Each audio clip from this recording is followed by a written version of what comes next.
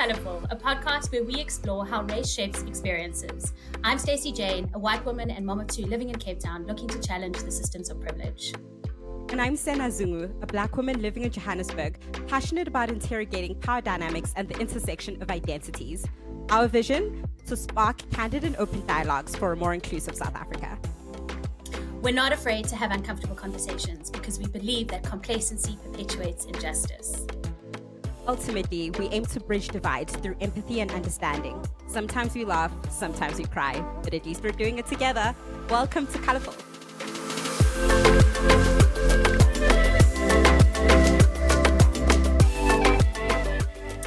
Oh, Sena, I am so excited. I'm sure you will remember a couple of months ago, I came back from a conference that I'd been speaking at. And at the time, we'd been feeling a little bit frustrated because we have this issue of race and privilege in our country, which is all pervasive. And yet we're finding that there are many people who don't want to talk about it. And as fundamental as it is, we were struggling for things like sponsorship and just generally some kind of backing to this conversation. So we were feeling a little bit down. But then I had this conference that I went to and I just met the most, look at him, there he is on screen, the most wonderful man.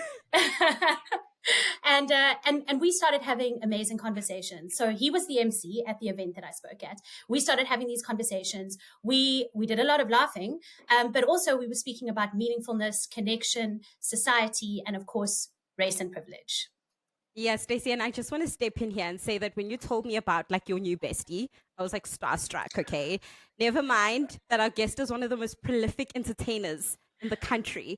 But when you also told me of like what you guys were speaking about, I think I was like speechless. And then another bum, you said that he would be keen to come to Colourful and engage further. And then I think I kind of screamed. You did. You were freaking out. So guys, I'm not going to keep you in suspense too much longer. Our guest today obviously needs her introduction, but I don't want to be rude. So here we go. He is one of the most recognized... You've already been introducing me for 20 minutes. No! You've been introducing me for 20 minutes of this We podcast. need to set the Jason scene. Goliath, I'm a comedian in South Africa and I do lots of things. Let's go. Let's go. No, you know what? We're going to amp you up more. No, we just have to amp you up. Sorry. I've amped. Stacey and I are hype women. 2 minutes and 37 seconds and all you've been saying is, I'm about to tell you who our guest is. And the people still don't know.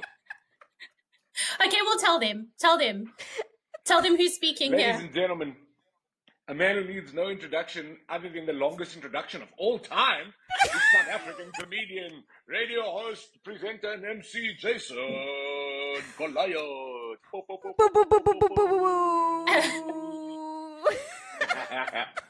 Welcome, Jason. Okay, we deserve that roast.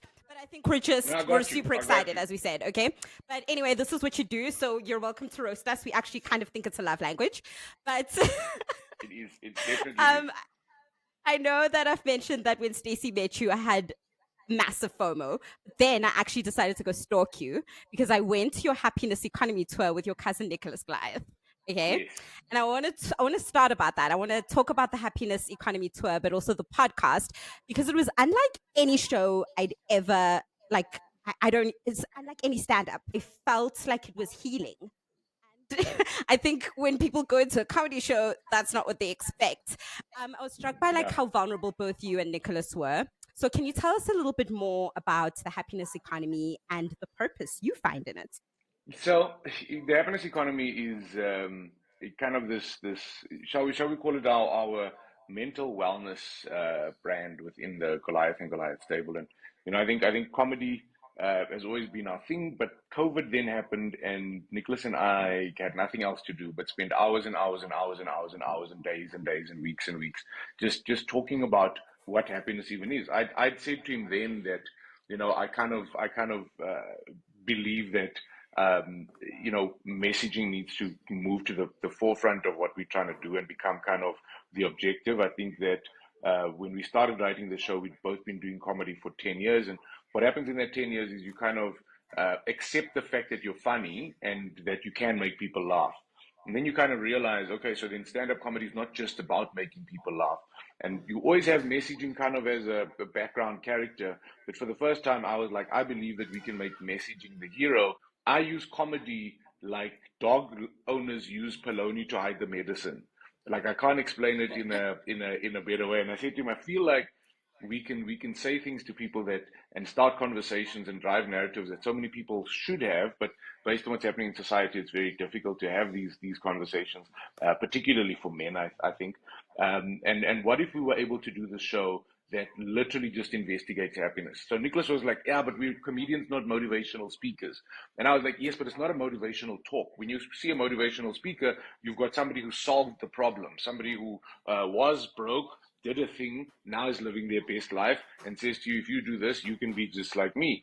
And I said to him that very often I felt like that, and it's so weird that we were at an energy drink conference when we met, because I always call it energy drink motivation seems to be the order of the day, where you're going to experience somebody who's going to hype you up, make you feel better in the moment, make you excited in the moment, but not leave you with any tools. So the next couple of days, you end up doing what energy drinks do. You have a high, and then you have a crash, and then you have no tools to actually implement change into your life, into your psyche, into your mental well-being, into the way you think and operate. So I was like, what if we could not only give them a comedy show, but drive a message so strong that it would be a seed, that anybody who experienced the show could, like you said, I'm glad you used that word, healing. I always say, come and laugh, but also come and feel, because I can't promise what you are going to feel, but I can promise you're going to feel things you've never felt at a comedy show before. That then kind of provided us with an opportunity to start the podcast, The Happiness Economy, which we started because we wanted to interrogate what is happiness. If we can speak to as many people as possible and get past the subjectiveness of it, is there kind of a boiled down recipe that we could share? We then used the findings from the podcast series to put together a comedic stage performance, which feels like a comedy show, presents like a comedy show, has the same laugh rate as a comedy show. And before you know it, you are overwhelmed with vulnerability, feelings, and emotion. And hopefully we are able to leave you with that seed that you then take away. And some people throw it over their shoulder and leave it at the venue, but some people put it in a little box and we add water and nutrients and nurture it and grow it into whatever it's going to be in their life. But long-winded, The Happiness Economy essentially is a show that addresses the fact that we are comfortable speaking about our financial economies. We're comfortable speaking about so many things, but we're not comfortable and clear speaking about our happiness. Are we focused on what your personal happiness economy is? I love that, because the happiness economy, you clearly play it out in other places too, because I feel like I saw elements of that at the conference where I met you. Absolutely. Absolutely. And the specific example I remember was that you now I'm about to say he called someone up from the audience, but don't panic. But he did. He called someone up from the audience, and you did this whole show. In fact, I took a video of it. I should post it. This video, the video I took was of you teaching someone how to say hi to someone in another language, and it was this whole. It was comedy because it was hilarious. But you were saying this is how I shake, and this is how I would greet you if my friend, versus this is how I greet you if you're my mother, and whatever. And by the end, the two of you actually understood each other better, and it was really funny, yet it was emotional. Sena and I did an episode a while back around the importance of using people's names, which is just another way of saying I see you. And I feel like that whole thing that you did with the handshake and the how to greet me and how to whatever is just another way of saying I see you, but I can see you in a place that feels comfortable to you. And so I love that. I can see the happiness economy playing out. So I mean, I'm so glad that you experienced that, but also that you see me and that you saw what I was trying to do beyond just create a filler or a moment or a link on stage. But the articulation for me is, and the I see you, I think is perfect for a global context. It works in South Africa, but it's perfect globally. And I feel like the South African problem is slightly deeper than I see you, because we also need I see you and I hear you. So I think that ignorance breeds intolerance. So our problem with South Africa is we have so many dynamics, we have so many different cultures, so many different subcultures. Then two things have happened. Since our democracy, I think that South Africans have somehow become a little bit arrogant in the sense that they expect people to know and understand their culture without the willingness to teach and educate. And at the same token, people have a block to being taught and educated. And my feeling was, of course, you're going to be intolerant. Of course, we're going to have, and I do a joke about about Diwali and dog lovers phoning 702 and complaining, oh my God, Fluffy didn't sleep a wink last night. And I go, it frustrates me so much because every single one of those people complaining about Diwali, yes, understand that Diwali involves fireworks that trigger their dogs, but nobody's bothered to ask why fireworks. Why are fireworks particularly such an important and integral part of the festival of light that is Diwali? And my thought process is, if I understand that once a year my neighbor is going to celebrate something so magnificent that he needs to burn his money in the sky, then I should buy drugs for my dog once a year and let my dog have a restful evening while I sit outside and enjoy watching my neighbor burn his money in the sky, respecting not only his right to do so, but the cultural significance. So when we slaughter a sheep on Camps Bay and we have 400,000 Karens toying there by the SPCA, going, it was not a dog, it was a sheep, Karen doesn't understand the cultural significance of that slaughtering. So my joke is always, if Karen took a second to understand the cultural beauty, the significance, the healing that comes from that moment, Karen would have been on the beach with the people. I make a joke because I'm a comedian, say asking foolish questions like, are you guys going to eat all the chops? But the point of the conversation is, I think a better South Africa lies on the other side of us all acknowledging all of these cultures, then respecting all of these cultures, then learning as much as we can. The obligation, I think, is no longer on the ignorant. I think the obligation is on those that are educated to be willing to share. Because I find so many times a black South African getting angry with me, going, what do you mean you don't speak an African language? What do you mean? I'm not willing to teach you Zulu, Xhosa, Pedi. You should know better. You're an African. You should be ashamed. Then I say, you didn't grow up in apartheid in El Dorado Park where you get murdered for saying Sanbonani. Because that was the genius of that system, is it didn't only create racism between white and black, it created racism within our subsets. You know what I mean? I always say to people, the first time I experienced racism was not from a white person, it was from another colored person, because that system was so genius that it made us even judgmental towards ourselves. Then if you as a colored person are not willing to educate people, so if I take offense when somebody doesn't understand the word aware, but I haven't taken the time to teach you what the word means, then I think there's a lot of hypocrisy, and it's difficult because we all have pride, we all have passion, and I think the main thing we all have as South Africans across the board is pain. And when there's pain, there's sensitivity. With there's sensitivity, we're quick to act, we're quick to react before we properly and fully understand. Sorry, the little pitter-patter of my little miniature Dachshunds that love fireworks. I love it. Jason, you touched on so many important things there. And I think it's a line that Stacy and I struggle to toe. We want to have a platform where people can ask questions, but at the same time, to have those questions asked seems to be so inflammatory. So it's a very difficult thing to navigate. And I think you spoke about cultural identity, right? And you spoke a little bit, you've touched on growing up in El Dorado Park in the apartheid era. Your colored identity, like how has it influenced your approach to comedy? And are there things that sometimes you find are just such inside jokes within your own culture? And then do you get like even pushback from your own culture about how you joke? How does that like kind of influence who you are as a comedian and a visionary, essentially? The weird part is I've never got any pushback from the community because I love being colored. And I think that any language that is rooted in love, so it doesn't matter what you're saying. I always say that, a roast only works on television if the roasters actually on some level have love and respect for each other.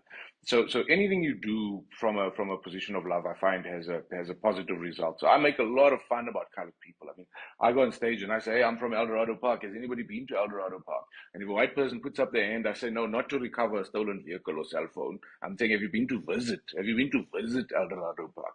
Which can be seen as a very derogatory thing to say about one's hometown. But anybody from El Dorado Park knows I say that with love, because Tracker even phones us when we're going home. You know what I mean? To say, hey, are you safe? And that's because of the dynamics of the country. We can't help for that. But firstly, I'm so proud of where I come from. I'm so proud to be colored. I'm so proud of our little bit of of colloquial slang. And I think that we have to be proud because we don't have the deep history that so many cultures do have, where we can reflect on. And as a people, we are not only so unique, but I think that we are. And if you have a look at Tyler's, Tyler, the water girl. I'm too old to remember these young children now, but you know, she's been in headlines around the world with Americans not understanding how can a person of color say I'm colored, not black. You know what I mean? And the what you're finding is Americans simply want her to admit that she is black.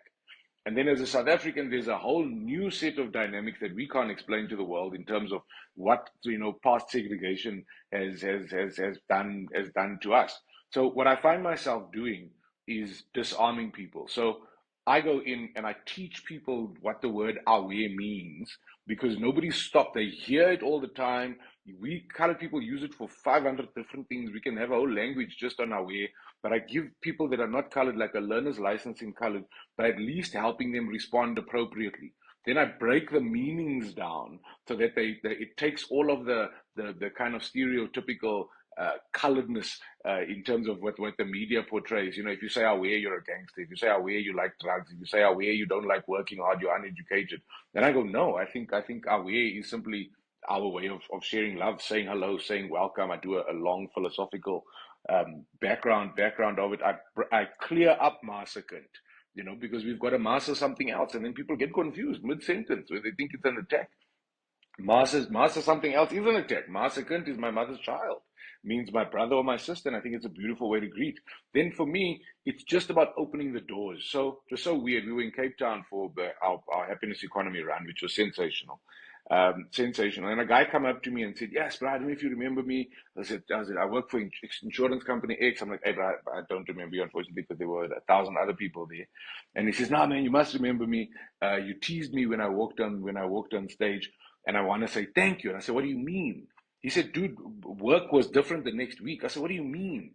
He said, "I walk in and I greet everybody, our way massacre, and they reply accordingly. In fact, they greet me our way massacre now, and it's a beautiful thing. Where before it wasn't considered corporate etiquette to be able to speak in that narrative." And then I go, "Okay, cool. So what I'm doing is I'll open the door to conversation. Then you, within the context of whatever your environment is, your responsibility is now just to continue the conversation of not only answering questions but asking questions. Then the more we both know and understand, the easier it is to get along. Because it's like a marriage.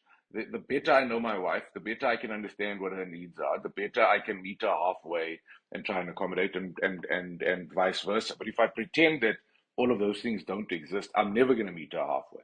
So maybe just a little bit of learning is the most important thing, and being in a position to always be willing to share, even when it's annoying. Teach me 500 times. Teach me till I'm willing to learn. But if I'm willing to learn, be willing to teach.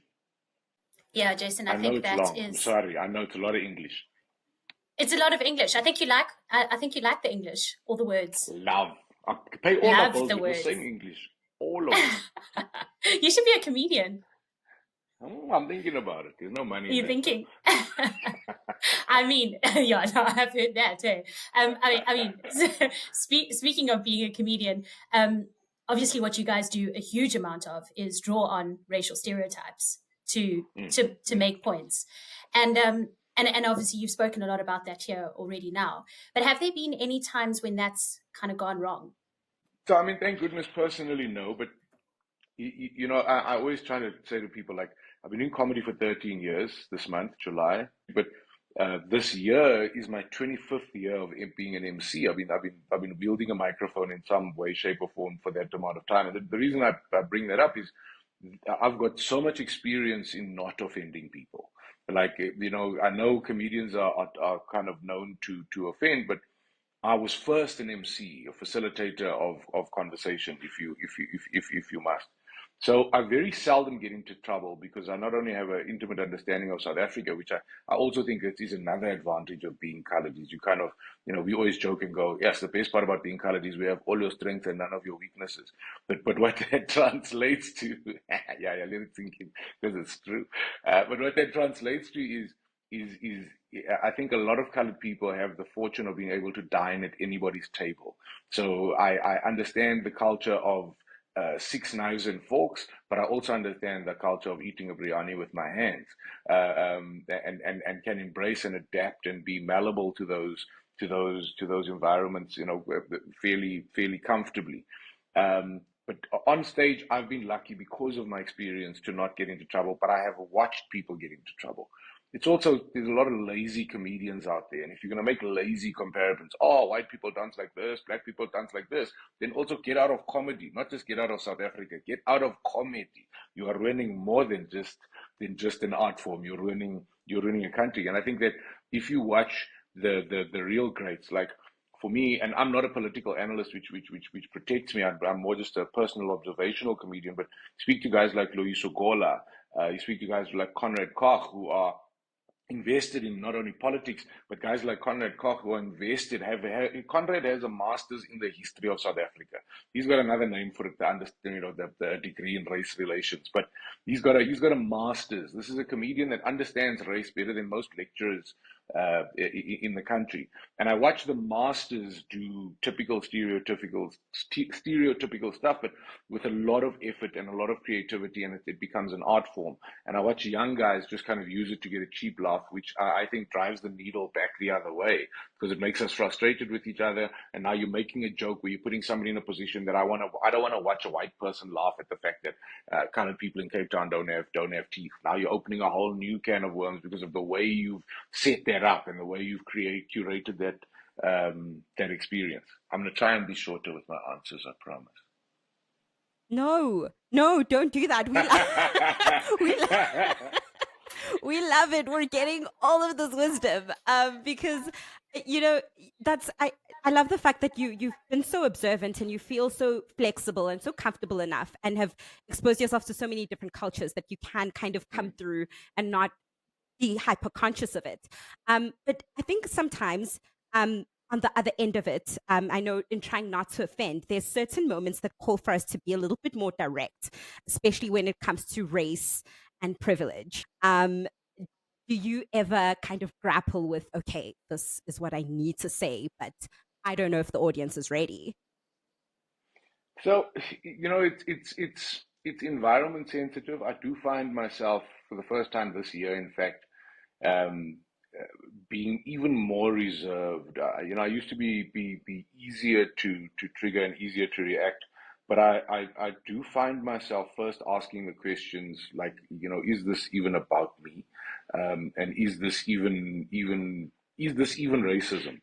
And it's weird because I find it, that sensitivity comes from having comedy audiences no longer coming. Half of them don't come to laugh. Half of them come to be offended. Half of them come to find offense, to find a line out of context, to find a reason to be angry with something that I've said. And I feel like a lot of the country is in that position, which means that we need more than change. But I'll give you an example.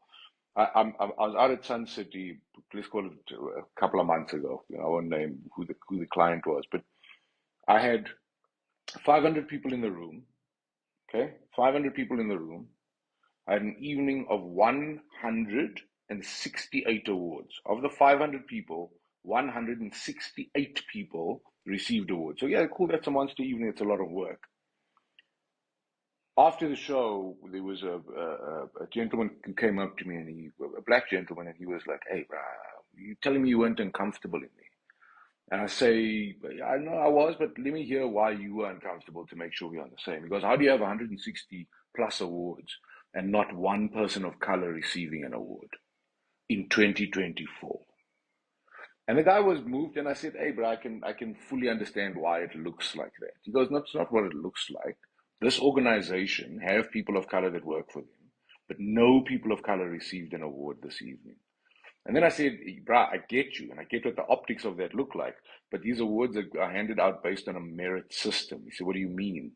I said, "Numbers don't know colors, they don't know races. These people have a target. Those who met their target received their accommodation for receiving their target. Those that didn't. So yes, maybe there's something wrong with the dynamics of who they employ, why they employ, and what their internal structures are. But we can't say that the awards process is racist because there was no color involved in the decision making. The top 168 performers got awarded. And it just so happened that within those top 168, there were no people of color. But in terms of deciding who the 168 people are, their metric had nothing to do with race. So was the award system wrong? No, I think it was perfectly fine. Does the business need to have a look at diversity and inclusivity within the organization? Yes, but that's a very different conversation. So we get so angry on the optics as South Africans because we've been through so much that we react on the optics, which I don't think provides solutions. So somebody throwing their hands up about the way the awards were done doesn't mean an HR department starts understanding that, okay, we've got to make sure that, you know, we employ differently. It presents that I now look like I'm an ally of racism instead of an ally of the reverse. But I'm always trying to, and at the end of the conversation, the gentleman chatting to me completely agreed.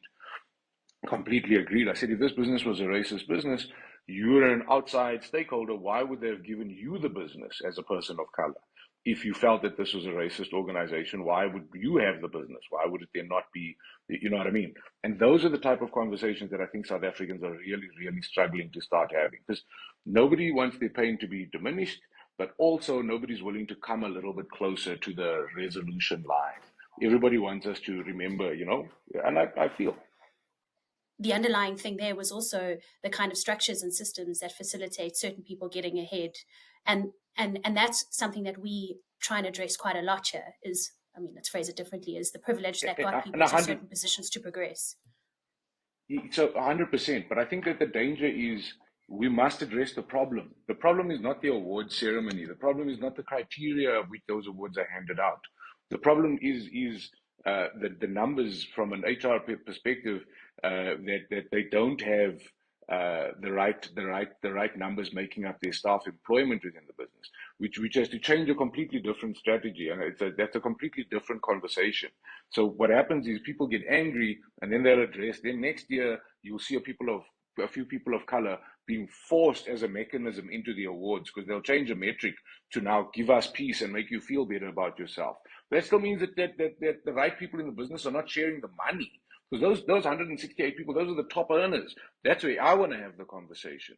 Is in terms of your employment structure, how are those numbers being worked out in today's times, and why is it so? Because I can also tell you, it's very hard for a person of color to believe that there exists a business. There exists a business where a white person is going to be able to do the job better. But then I'm also saying that you've got to understand the business's history. In this case, I did do a quick investigation. This business has a history of finding its money in Afrikaans communities. If you're finding your money in Afrikaans communities, I guarantee you your salesmen are going to be Afrikaans. You understand? Then that's a very hard conversation to have as South Africans, is to admit, okay, yeah, let Frikkie do the job because Jan Hendrik hasn't transformed yet and he doesn't want to give me his money. You know what I mean? It's a weird conversation to be able to have, but I think that we need to rush. We need to get ourselves there to be able to start having those conversations and start, you know, fixing the real problems, fixing the root, not just complaining about the optics on the surface. Jason, we are very forward-looking. Yes. We're very we understand that these conversations on race and privilege and our society, they need to be had, but we always try to leave our listeners a little bit with well, what now? You know, and I loved what you said when you were speaking about the happiness economy tour. It's trying to equip people with the tools. So I guess what we want to ask you is, you know, individuals, regardless of their platform, they may not be a legend in the South African entertainment space. They may not have the platform. What do you think is needed on an individual level to start contribute? And you've touched on it a little bit, but to start contributing to shifting just attitudes and fostering a little bit more inclusion and dialogue in a way that's constructive and not necessarily inflammatory when that seems to be what everybody expects nowadays. So I've got quite a simple approach to this in my personal life, and it's something that came from experience. I used to put myself under so much pressure to change the whole world, and then I realized that it is not possible for me to change the whole world, unfortunately. But it is possible for me to have as much impact as possible on the part of the world I do touch. So all of us, whether it's your household, whether it's your street, whether it's your community at large, whether it's your religious circle, whether it's your work colleagues and people at the office, we all have influence over some part of the world. And then my thing is, don't worry about the whole world, just worry about your street. Start with your house. Make sure your house is sharp. So start with your kids. That before you're going to go and lecture anybody else on race, make sure that in your house, 100% we all understand what's going on. Then after your house, just talk to your immediate neighbors and just make sure on the left and the right, they are sharp. Then you look after your street. Then you start looking after your community. But it's a case of if you know that old saying of each one teach one. You know what I mean? It's just a case of this is not Braveheart story where there's one hero at the front and we're all chasing after. But this is a story where you affect change. We are almost going to say it like, think of it like COVID, you infect change. You know what I mean? I sneeze on you with a little bit of positivity. You sneeze on 4 people in a lift with a little bit of positivity. Those people in the lift go into a boardroom. The next thing, the whole business is positive because of Jason not wearing a mask. You understand what I'm saying? So that's honestly the way I think we fix this thing. Is stop worrying about everyone and start with you, then your house, then your neighbors, then your street. That's the easiest way.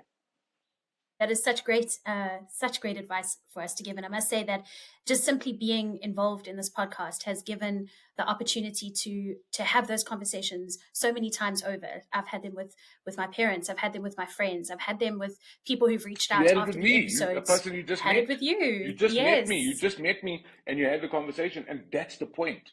That's the point. The reason I agreed to come on this thing was because you were so proud that it's you doing this thing for the right reasons. The fact that you brought it up in the context that you bring it up means you are so passionate about what is actually going on here. And I thought that sounds incredibly interesting. Is it something that I talk about on stage?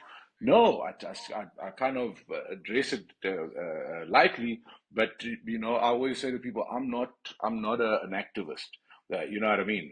I'm not an activist. I'm a comedian, and I'm driving a different set of messaging. But there's definitely just so much crossover regarding that. And that's actually exactly the point. Is that through drawing closer to topics that might feel uncomfortable is how we're going to become passionate about the type of change that individuals can make, and together we can kind of have those conversations. So yay for that. And Jason.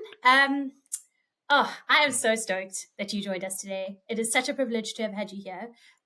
So before you let me go, Stacy, why is this conversation important to you? Remember the optics. You present as a white woman. That's what you present as. When I see you, before I've got a chance to meet you, before I understand who you are, where you're from, you present as a white woman. So I'm asking the question like that because that's what I saw, and that's why I was so curious. So now I'll let you answer this. So it's so interesting that you asked that question because as you spoke earlier, you said, I'm so proud to be a colored person. And I thought, when you said that, I thought, wow, I'm not proud to be a white person. It actually made me, I'm not. I'm really not. And I don't want to make life easier for white people. But what I want to do is for white people to start having this conversation. Because it's a lot easier to stand back and it's a lot easier to just live in this safe space. A while back, I made a post on LinkedIn that got quite a bit of response. And there was a young white man who responded on it and then he immediately withdrew his comment. But I saw his comment before he withdrew it and it said something along the lines of, it's so hard to be me. People hate me before I've even applied for a job. This happened all before my time. It's not something that I could have influenced. I didn't choose to be born into this family and so on and so on. Yeah. And I just thought, I wish you had given me the opportunity to respond to you because no, you didn't choose any of those things, but you have benefited so wholeheartedly generation after generation from those things that did happen.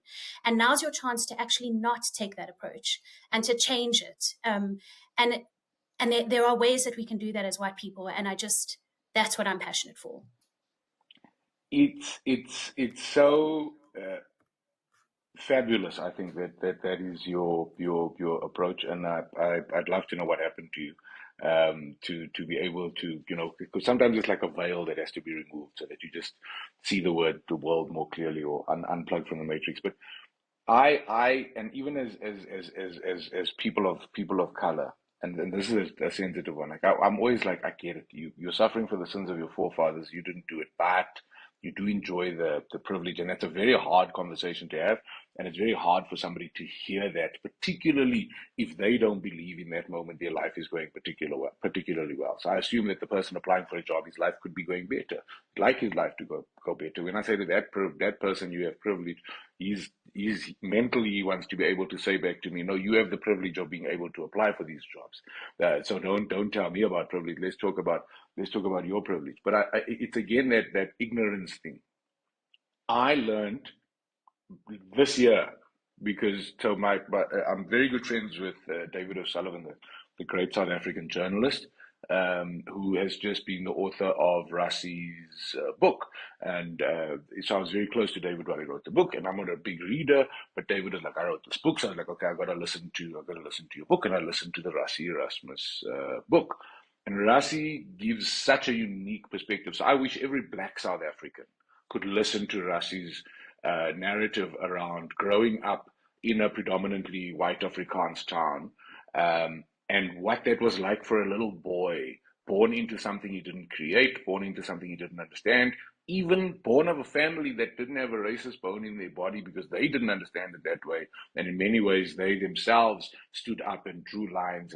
And he speaks about calling somebody the K word for the first time and how disgusted his family were because he didn't realize. He just heard other people and uncles in the community saying things. He speaks about the fact that he had no understanding of the group area's dynamic, and he just thought, no, black people choose to live there. And not only did he think they chose to live there, he'd never been in there. So in his mind, there is the same as here. We got nice things, swimming pools, tarred roads, electricity, and a decent way of living. But for the first time, it helped me understand how easy it is to be ignorant as a white person in this country. The country is designed for us not to see poverty. I live in a neighborhood where I've got to drive far to find somebody poor. Like, I can't explain. The way this country is designed, I can spend 90% of my life believing I live in the first world because of the dynamic where we've done the same thing with our people living with disabilities. We just hid them away. You go to the US, you think, oh my God, why are there so many disabled people everywhere? It's because there's access, because they were thought about, because there's ramps, there's roads. They weren't just put in institutions and for the rest of us to believe that they don't exist. This country did that to non-whites. Even though non-white South Africans are the majority, they were put so far away that what was being done to them, to the man on the street, to the white kid going to school, to the person who wasn't politically affiliated, a lot of white people weren't part of it. They kind of just fell into a system and had to act accordingly. So I go, hey, I fully understand it. But that doesn't change the dynamic. So for me, my answer to that bra is so brutal. The bra that goes, you so must be so nice, I'm hated in this country. I want to go, my man, go to Soweto right now. Go to Westbury. Go to Westbury. Go to any kasi. It doesn't matter. Go to any kasi. Go and spend a day there. Go live in a flat that was government owned and people couldn't bond. And only lately, in the last 20 years, people could actually go and buy. Go and live there. Go and properly understand it, because you can't understand your privilege when you're comparing yourself to your neighbor. You know what I mean? Who's now got a better car than you? You feel like you're not privileged.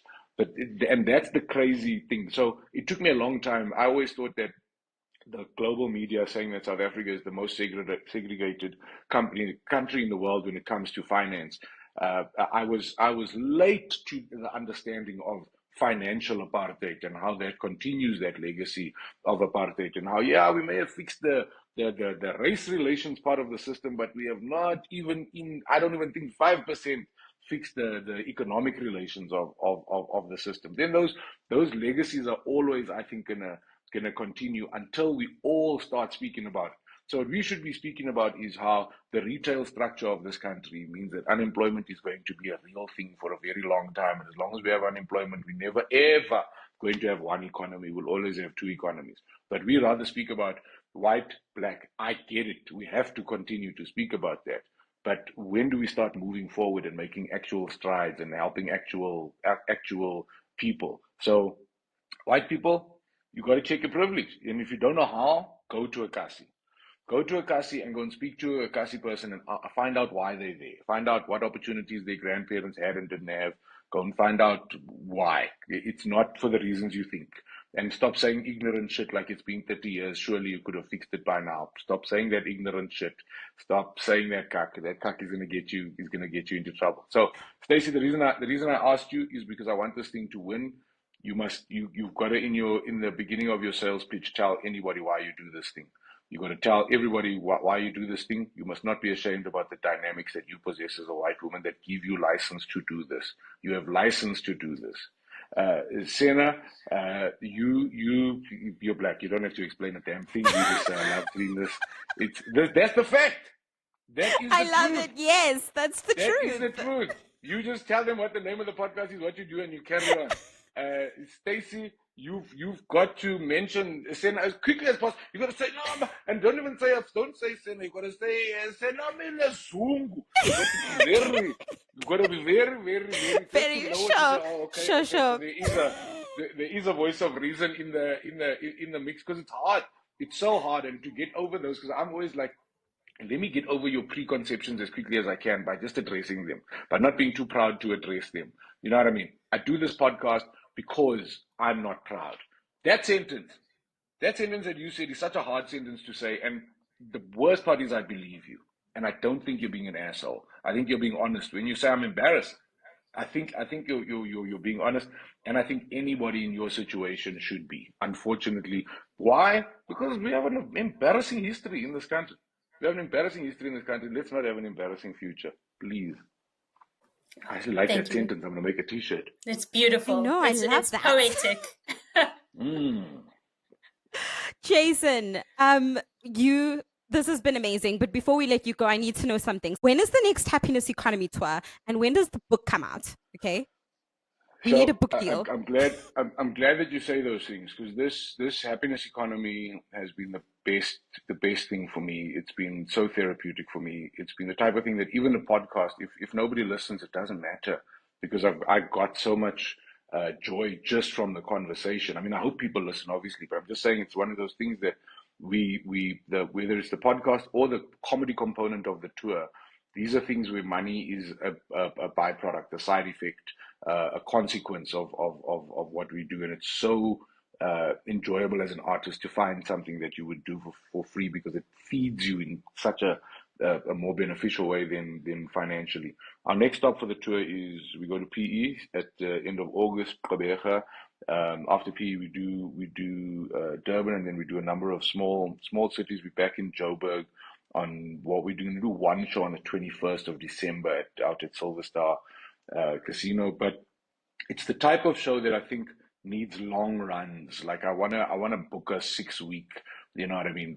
Instead of just 4 or 5 days is what I found is it needs a lot of time, because it's weird. It also needs a small room, so 200 to 300 people maximum, because of the intimacy of the show and the nature of the show, and we don't want to ever lose that intimacy. But I'm glad you mentioned the book. I think what it's going to do is show up in a number of different spaces, and our objective is to create a community, the happiness economy community, a community of people who share a similar mindset, a community of people who know that it's not about saying I've made it, I've done it. Life is long. We're going to have many, many struggles. And when I'm winning, I want to share how to win. When I'm struggling, I want to share that I'm struggling, and hopefully you can share how to win, and create those types of communities where we, whether it be books, radio shows, whether it be, as we've done already, podcasts, and a number of others. But it's something that I'm so excited by and so nourished by. Cape Town was outstanding. Again, people's comments. I can't believe the first comedy show we laughed until we cried and cried until we cried. It's the great love of my life at the moment, this thing. And then my wife is the greatest love of my life, and then the happiness economy. Perfect. Well, we will gladly sign up to be part of that community, because as I told you, it was so healing, so vulnerable, and all the amazing things. I really implore all of our listeners to just go and check it out, please. Jason, thank you. You continue to make us laugh. You continue to challenge and inspire. You are truly phenomenal. So thank you. Guys, thank you so much for having me. But more importantly, thank you for creating this platform. Thank you for creating an easy, light-hearted way to speak about one of the most important conversations in our country right now. And I think globally, Because I also just want, before you go, I just want South Africans to know that, yes, we deal with this thing on a daily basis, but we are so much further than the rest of the world. The reason this conversation doesn't happen in the rest of the world is because they are in denial. You go and do stand-up comedy in the rest of the world. Here, people laugh at us pointing out racism and race jokes and differences. In the rest of the world, they're still too sensitive to even laugh at it. They don't laugh at it. They don't address it. And I think most importantly, and this is my particularly, I feel this way about the States, that they don't punish it. So, I think our problem in South Africa is we don't have enough consequences. Like the reason we have such a high crime rate is because there's no consequences. Government, nobody has consequences. But there are consequences for being racist in the country at the moment. And it's something that makes me so happy that I don't have to call you out. Say some racist cuck online, the country will make you move to Australia. The country will stand by. In America, you can shout racial slur in a live environment and the show will continue. The show will carry on. No one will do anything. Nobody speaks about it. Everybody hides it. But it exists in such an ugly way. It doesn't matter where you go. You feel it. You feel that you're not white. I can't explain it better than that. But whenever I go to America, I feel it that, okay, I'm a person of color here. So as South Africans, we also harden ourselves, but we must also use an international barometer and praise ourselves for just how much we're able to talk about it and how there are real consequences for being publicly racist in this country right now. There are real consequences, and as a people, we must continue to not stand for it. So, love you guys. Thank you for your time. Wishing you the best of luck. Salute, salute, salute, salute, salute. Thank you, Jason. We hope you guys enjoyed the episode as much as we did. You can follow Jason on all of his social media platforms, as well as the Happiness Economy podcast on your favorite streaming platforms. And we encourage you guys to subscribe to Colourful on Spotify, Apple, or YouTube. Comment, share with your community, like, but most importantly, please keep this conversation going. Be brave enough to enter it. And this is a great starting point for you. Till next time.